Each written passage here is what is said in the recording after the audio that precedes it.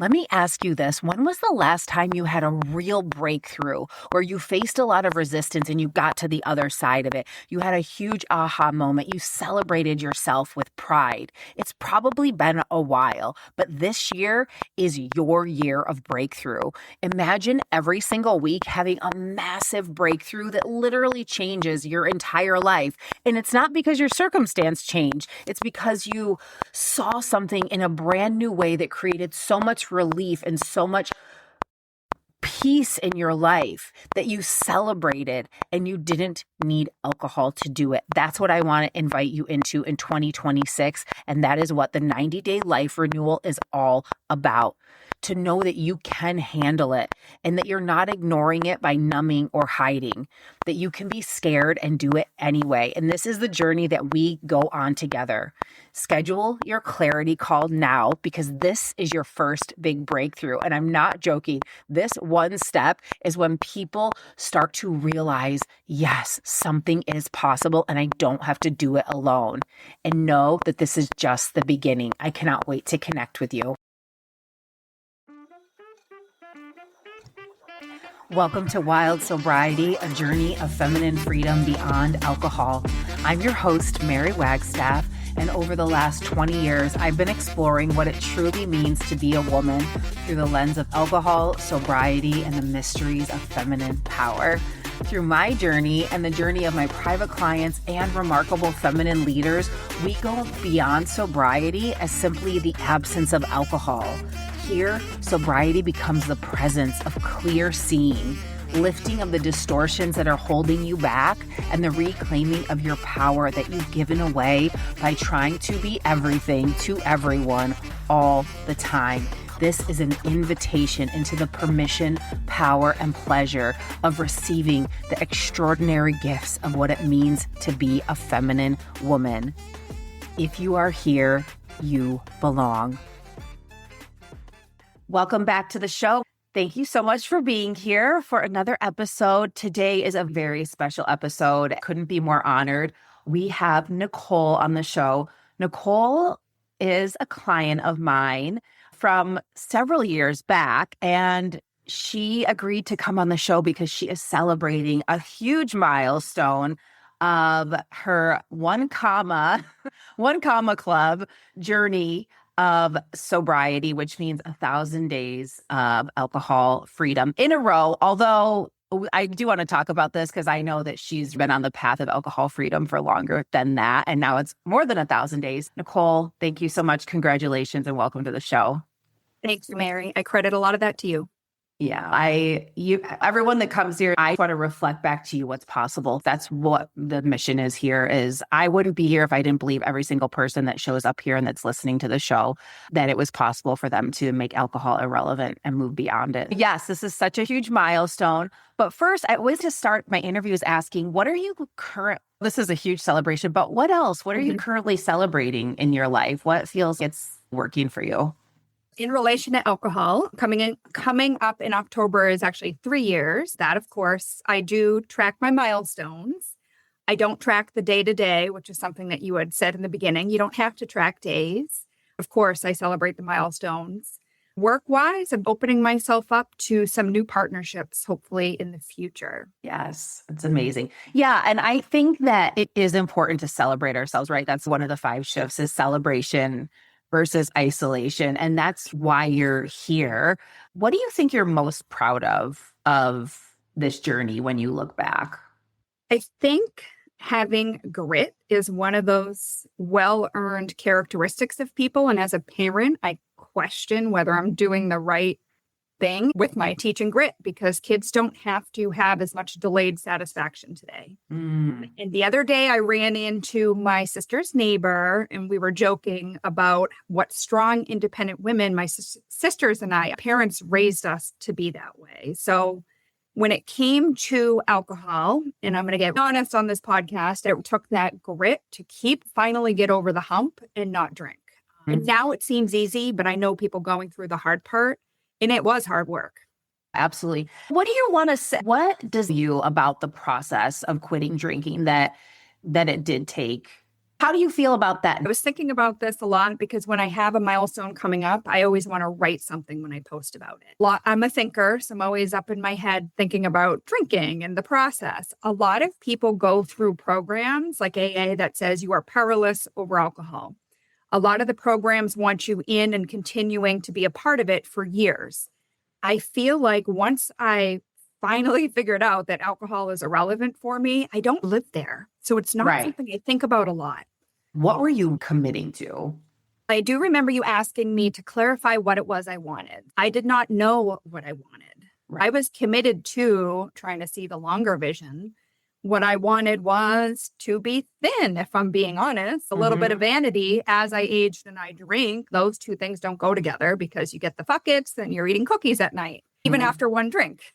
Parenting was huge. What kind of parent did I want to show up to be as my kids aged? Exercise, trying new things, having organized cabinets. It's all the small things and the big picture things. I was committing to getting clear on what I wanted when I had no clue. Those are your values. That's one of the things that makes sense. We created a life intention. And if we didn't, we should still do it.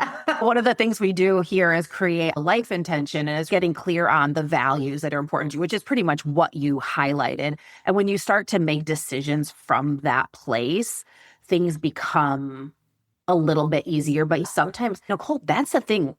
We don't sometimes as adults talk about values when we're younger, but we go through the motions and then you're 40 years old and it's, what are my values? You don't even know. And there's nothing. That's the whole point. That's the whole point of this process is this is about getting clear. This is about figuring it out. And I do think a 365-day cycle, I work with my clients for a year. Some of it's written coaching, some of it's in person, but I like to have contact with them for a year because we're going through different seasons, different milestones, different phases, and all of those things are going to have different circumstances. Tell us a little bit, let's go backwards a little bit, because I think it's important for people to have a connection to your journey. When did drinking start? What did it look like? How did it escalate? I would say somewhere around drinking, probably around 16. And by 18, I was full-blown drinking and partying. By 21, I was kind of done with it. On my 21st birthday, I wasn't at a bar hooting and hollering. I had already done a shit ton of drinking. I spent the 20s doing the typical drinking. Weekend warrior, definitely a way my husband and I connected up, or when we got together, was all about drinking and partying. Fast forward to 30, when I had my first child. And I drank so much O'Doul's. Hopefully that doesn't hurt him. But looking back, it's like that should have been an indication that maybe I was drinking too much, as I was drinking a lot of O'Doul's during that pregnancy. By my second pregnancy, afterwards, I kind of got in better shape. I started running races towards the end of my 30s, and I was feeling great. I was able to do 30 days healthy eating, no drinking. But then the pandemic hit. Wasn't feeling good when I was drinking. The pandemic, I worked more than I've ever worked in my life. I was still coming home every night to deal with the stress of my kids not being in school, my phone ringing off the hook by having a cocktail from 7 to 9 pretty much every night. Forced me to Google alcohol coach, which is how I stumbled upon you. And I reached out and yeah, the rest, I would say 2020, it must have been when we worked together, maybe 2021.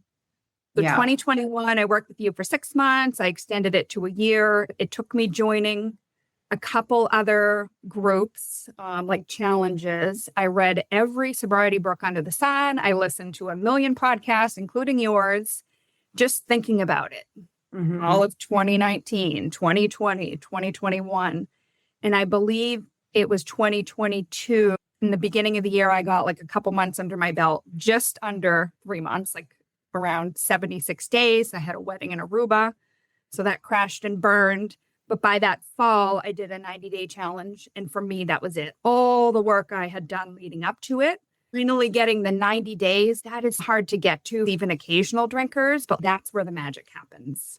And that's why quitting and having 90 days and even then having a drink, you don't lose those beliefs that you stacked, right? So true.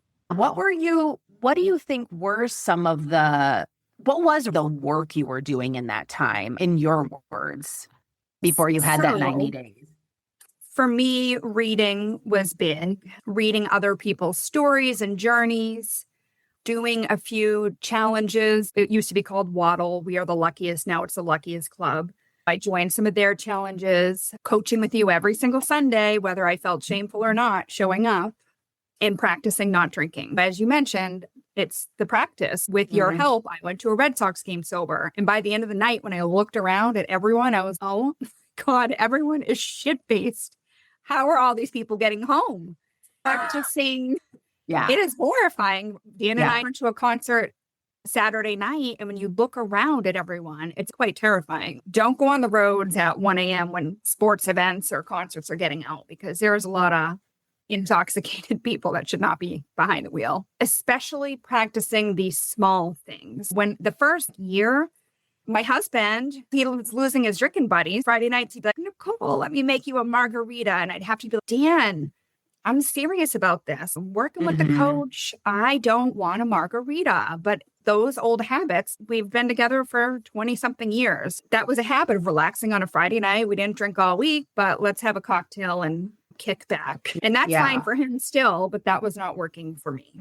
I would say the practice of not drinking is huge, and having a plan. One thing I wanted to add is you not only helped me change my thinking about drinking, but during that time, I was overwhelmed in the pandemic with work, with the schools being closed. I couldn't handle the stress. And one thing that you told me then was, Nicole, when your phone rings Saturday night at 7, and again, Sunday morning at 9, and then Sunday at 11, 7 days a week for over a year, I worked nonstop. I had to start to say out loud, this is not a problem. And that has stuck with me all these years, Mary. How do I change how I think about them into something positive? Yes. And embodiment, I didn't even know what that was until I met you. You had a huge backpack, as you call it, of a lifelong yogi, where I was dabbled in and out of doing yoga. I like the laying down, breathing yoga rather than the hard stretching poses yoga. Yoga Nidra is my favorite. Me too. But I didn't have very good embodiment practices, breathing practices, self-care practices. All of those things were things I had to learn and practice.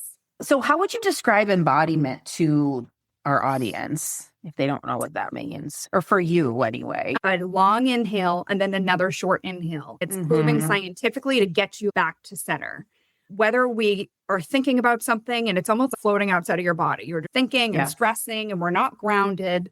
I would say the shortest version would be to be grounded, whether it's outside standing in the grass and breathing. And that's the holistic approach that we take too, is when you're having an urge, tell us to me a little bit about that. What were the tools that you used for it's Friday night, your husband's asking you for a margarita. And if you're feeling sensations in your body, but the typical response is to start going in your head, freaking out. Do I, don't I, do I, don't I? I have that mental tug of war, but there's this moment where you have to shift. So what does that look like? I do remember you sending me a little bottle of oil and you put it on and take 5 deep breaths in the bathroom. You were trying your damn best to teach me embodiment. Yeah. When the urges would come up, I would try to play it forward. That's another sobriety thing. I would try to take the 5 breaths. I would say one of the biggest things that you provided that was helpful was thinking in advance. Friday night, it's going to come up. What are you going to think about it? Practicing it ahead of time. Like on Friday night, when Dan asked me for a cocktail, I'm going to say, no, I don't want to. I want to feel great Saturday because I have X, Y, and Z to do. Yeah. Yeah.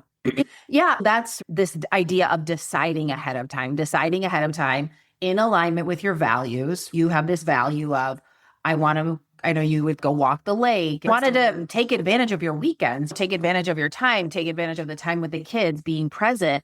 And we start to focus on not, I don't want to feel like shit, but I want to feel good doing these things. And I think coming back to the thought, if you guys take anything away from this show, it's not a problem. It's not a problem that Dan's drinking. It's not even a problem that I'm having an urge right now.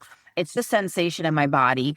And these things take time. Drinking 2 days a week compared to 7, that's a huge celebration. You know what I mean? And then eventually it's like, why am I even doing this? Exactly. That's exactly what happens. You get sick and not feeling well, and the limited times you drink, it's not worth it. Easy. That's why Yeah. it's easy now. I do not live white knuckle. I could have a drink if I want to. I know the results of that. It doesn't work for me. Yeah. No. So tell us about some beliefs that you had about alcohol, that your fears that you had before when you were drinking, and fears that you Well, had. I can say, and this is great for everyone to hear who has not started their journey to analyzing their relationship with alcohol, that it was impossible to not drink. Yes. I did not believe I could not drink.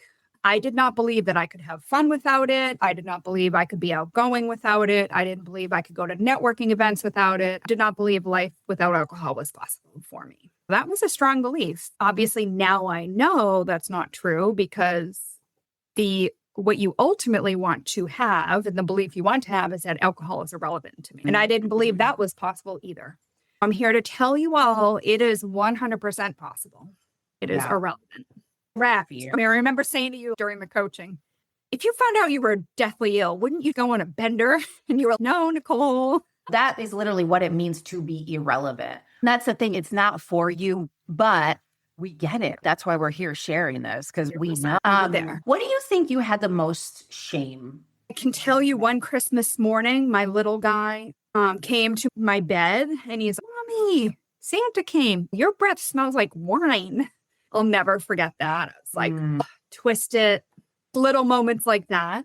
And I don't certainly have to rehash all of those, but small moments like that, which, people say no regrets. I love that. It's the funniest tattoo of all time. But I think you're not being honest if you say you don't have regrets about things you did, drinking, said that might have hurt people, hurt yourself. So is that sufficient?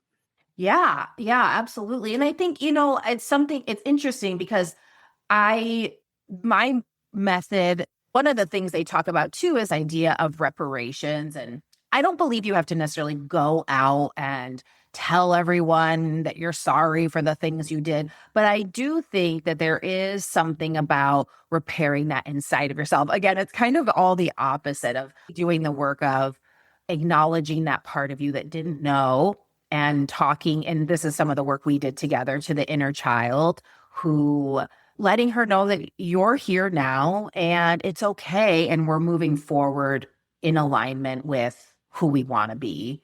And I do believe, I know everything happens for a reason, but there are things I wish didn't happen.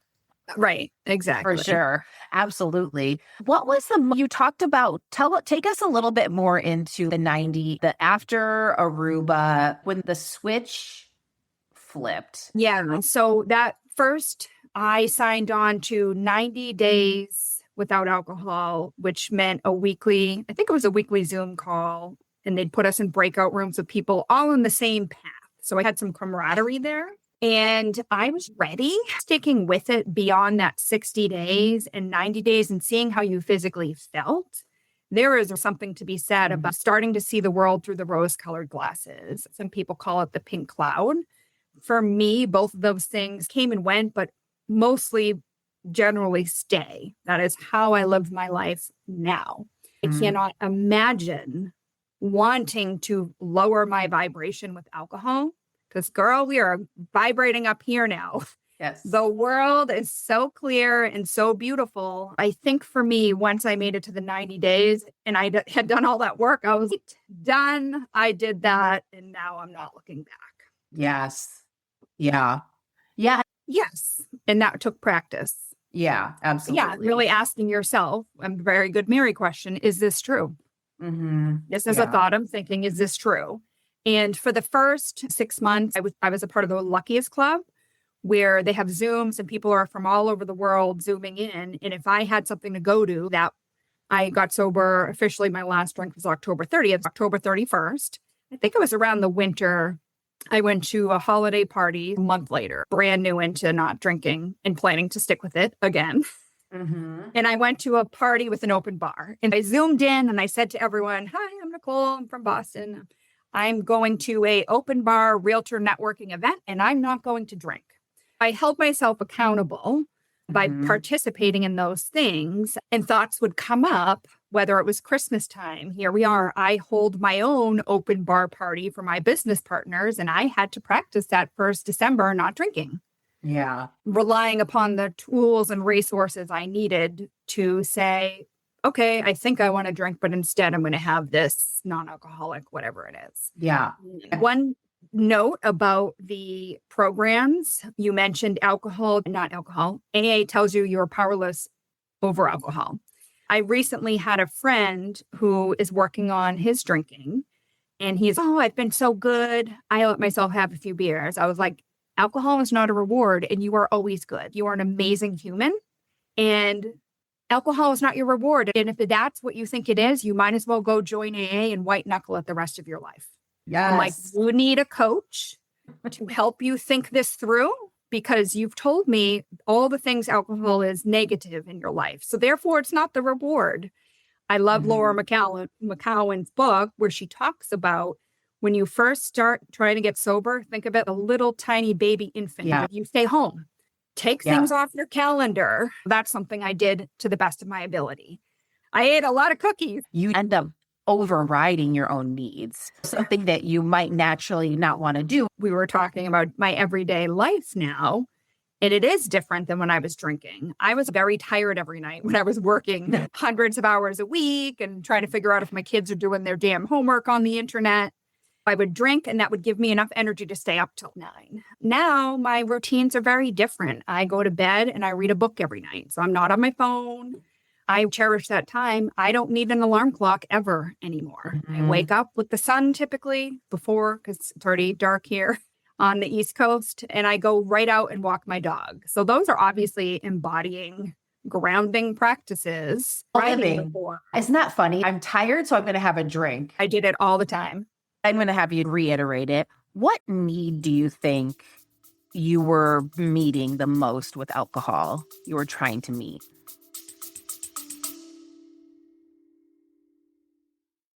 The new year is upon us, and this means many of you will be engaging in dry January because it is the symbol of a new start. But I want you to do it differently this year. Don't just go through the motions of just not drinking, and definitely do not celebrate. Decide this right now. Do not celebrate your accomplishment of not drinking with a drink. Please don't do that. It will reinforce everything that you just learned. What I want you to do instead is set yourself up for success with the foundational framework of my free mini course, the Permission Protocol. That way, you are actually getting the most out of your time. This is where people fail. They do not set themselves up. They go into it with the same mindset, and they use the same mindset that they were drinking with to not drink. And then at the end, they didn't really gain anything except some time just not drinking. And you're going to feel great, but you want to really start to shift your perspective. So at the end of January, you'll have an opportunity to evaluate now what's next, and you're going to have a brand new perspective. You are going to have so much success. I'm so proud of you. Thank you so much for being here, and have the happiest new year ever. I'll talk to you soon. For me, it was probably the overwhelm. You learn a lot about yourself when big things happen. I wasn't taking the time to deal with the overwhelm of life. I do all of the doctor's appointments. I get all the presents for whatever. I have a sister in the Army. I'm sending her stuff overseas. I get the work calls, and it's timelines and crunch. And hi, it's Saturday at 1 and I need a pre-approval by 5 because my bank's not open. Now I'm dropping everything I'm doing to help work. I would say the overwhelm of not being prepared. My husband and I have had no help with kids. Drinking solved that. Oh my God, I'm overwhelmed. Mental I'm load. just going to check out. I'm going to check out for a little while, have a cocktail or two, eat a sleeve of cookies because now the fuckets have come. And then at 3 a.m., I'm going to wake up. Was probably a lot of it too was probably a little bit of a background anxiety about knowing that you had the day to come was, right? Correct. Preparation. There are tools. We are actually equipped. Nicole talked about the breath. So Nicole identified, okay, what need did I have that wasn't being met? I have this need to relax, to release. Okay. The next question is, what does that need to hear? Nicole, So I already said it. It's not a problem. Is that true? So we respond to it. We ask it. We're giving you a little coaching lesson right now. And then what do I do instead? So now, Nicole, how do you manage this mental overload or this mental load that you carry as a badass mother and professional woman and wife? I said to my husband last night, joking, because I had to go to the grocery store, and I go, "You going to give me some cash?" And he goes, "Hey, you're making money." And I go, if you want to bring out the feminine, you got to take some masculine things off the plate, honey. But we joke about that, but it is true. How do I do it now? Well, my doggie, who's in my little she room here with me, I adore her, and I waited years to get her because I wanted to make sure I could take care of her properly. But walking with her, just her and I in the morning, is one of my favorite things. Reading books for me, scheduling time with friends. I plan things that I like going to comedy shows. So I have a group of friends that's planned ahead. I do start in October with a trainer once or twice a week. So I do like lifting, and that's great. And I am going to ramp up those races, which went and died back in 2019. I love traveling, and I adore my husband, but I have no problem doing things without him too. Yeah, that's awesome. It sounds like you're doing though what's working, right? Yeah, we're happy. Every day I wake up happy. Yeah. And how much did eliminating alcohol from your life take down the mental load, or at least allow you to huge. And organize it? If you were at 100%, where do you feel like? I listen to my friends. When you take out the conversation of, am I drinking Friday night? Am I not drinking? Do I need to have NA? What am I going to think about drinking? Removing that is removing 20% stress. At least you're taking it down 20% by taking that off the table. Yeah. And then getting the coaching. So I think coaching is important because then you're learning to say all the time, this is not a problem. Everything's okay. And when you don't drink, I can think ahead. So it sounds like your head is more organized. Clear, organized. Yeah. And of course, we're human. I'm not going to pretend every day amazing, because that's certainly not the case. I still do get overwhelmed, but I have much more capacity to handle it. Right. Yeah. That's the thing. And sometimes it's not even about having the quote unquote tools. It's that you grow a muscle. You literally expand your capacity for resilience, where things that used to bother you, if you were screaming at people in the road driving, they don't bother you. Nicole has shared that there's all these other areas of her life. Alcohol is such a beautiful one-stop shop because it impacts every area of our life. Therefore, when you solve the problem of alcohol, you're also impacting every area of your life where things were not the way you wanted them to be necessarily. So true, Mary. Yeah. Talk to me a little bit about your mothering. What's shifted there? What has shifted with my mothering? Definitely more relaxed and playful and silly. I have been able to listen, Dr. Becky, I don't know if you've heard of her, take the advice of people that are experts at it, because I never was a babysitter. I didn't, aside from being a foster mom, which was being thrust into it when I was young, I didn't have a lot of experience. She says one thing to tell your kids when they're freaking out is, I believe you. That works amazingly, especially for my older son, who's neurodivergent a bit. He's feisty.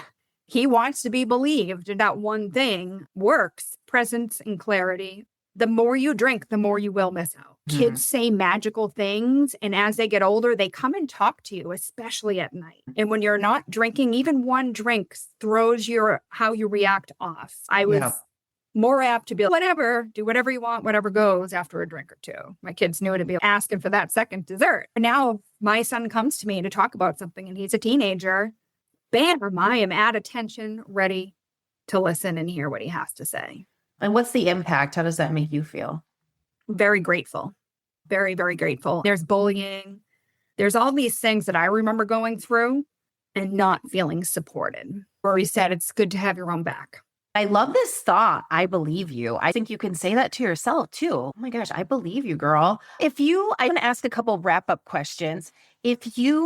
What would have been useful to know in the beginning of your journey that you think could have made things more simple? I believe you probably were saying to me, Nicole, it is possible. And I worked with you for a reason. I was drawn to you out of all the folks out there to say alcohol will be irrelevant for you someday. I didn't believe it at the time. That can be a big one for people. Yeah. I don't believe that this change is possible for me. I don't believe that there will be a time. It's not something I think about all the time or worry about. There absolutely is. If you could say one thing to that version of you earlier on when you're having all this alcohol exhaustion, what would you say to her? I would say it's okay to be honest with someone. Perhaps if I was a little more honest with you, maybe you find someone that's on the same journey at the same time, which is why those groups work. But find coaching and find support and be willing to be honest. It's like, what would I do if you told me that you were drinking? Nothing. It was you were a love, and I enjoyed working with you very much. Where you are now in life never would have been possible had alcohol and any substances had you not gotten to where you are, right? You wouldn't have the awareness, the self-knowledge, the embodiment of all of that, because without knowing what we don't want, we can't know what we do want. It's beautiful. Is there anything else that you want to leave the show with? That struck a chord with me because I think in life, what can throw us off is major events happening. Unfortunately, people we love are going to pass on. We're going to lose jobs or deals. Do everything you can to get past alcohol so you can handle those in the best way possible and use what Mary just said. What a gift. Wow. Thank you so much, Mary. A blessing in this world. You are too. And thank you for being so brave. Oh, I just did want to ask you this one more question. What made you decide to come on the show? Because I think earlier on there were... I was a hell no before. Yes, you were a hell no before. Yeah. So I was shame and embarrassment. I'm shy, baseline. You're now sharing out loud your journey. Yeah. And so there was shame. What shifted? Wanting to share my story to help other people. And when I first posted at the beginning, I didn't want to share because I didn't want to fail. Once I knew I was having success and I got past the 90 days and had the rose-colored glasses slapped right on my face, never to be taken off, I realized that there are a lot of people going through the same thing. There's a lot of successful women. We don't have DUI. We're crushing it at life, but we are sick of drinking. And so I share, and I've gotten so many messages from people thanking me, asking for resources. Through my messages, I probably know of at least 5 people who are now not drinking at all. And they have thanked me. Yeah, I would say that's probably getting over the shame and then wanting to help other people. And that is something and that's really the difference with coaching, I think, is it really is about the willingness to take personal responsibility. And you did that 100%, even if there was not 100% honesty. And that's part of the journey too. And knowing, okay, why am I doing this? The whole thing. It's like you still were always willing to take responsibility and knowing that you're the only one that can make this change and knowing you got to do the work to make the change too. So thank you everyone for being here. Nicole pointed out so many awesome resources and hopefully we can pull a couple of those and leave them in the show notes. And yeah, Nicole, I'm just so proud of you. And thank you so much for being brave to come and share and continue to share. Too. I love following your journey. You're doing such fun things, Mary. Keep up the good work. Thank you. Bye everyone. Welcome. As a special thanks for being part of the Wild Sobriety community, I wanted to gift you something very special. It is my brand new free mini training called the Permission Protocol. This is going to blow your mind about everything that you thought not only possible on the other side of alcohol in sobriety, but actually the process to get there, how it can be pleasure-filled and the freedom that you've been seeking. And all you need to do is give yourself permission to say yes. Everything you need to know is right in the description here on the podcast. And if you took something away from this episode, please make sure to subscribe, leave a review, and share it with another sister that you know would benefit from the show. And I will see you next week, my beautiful and brave warriors of love. Talk to you soon.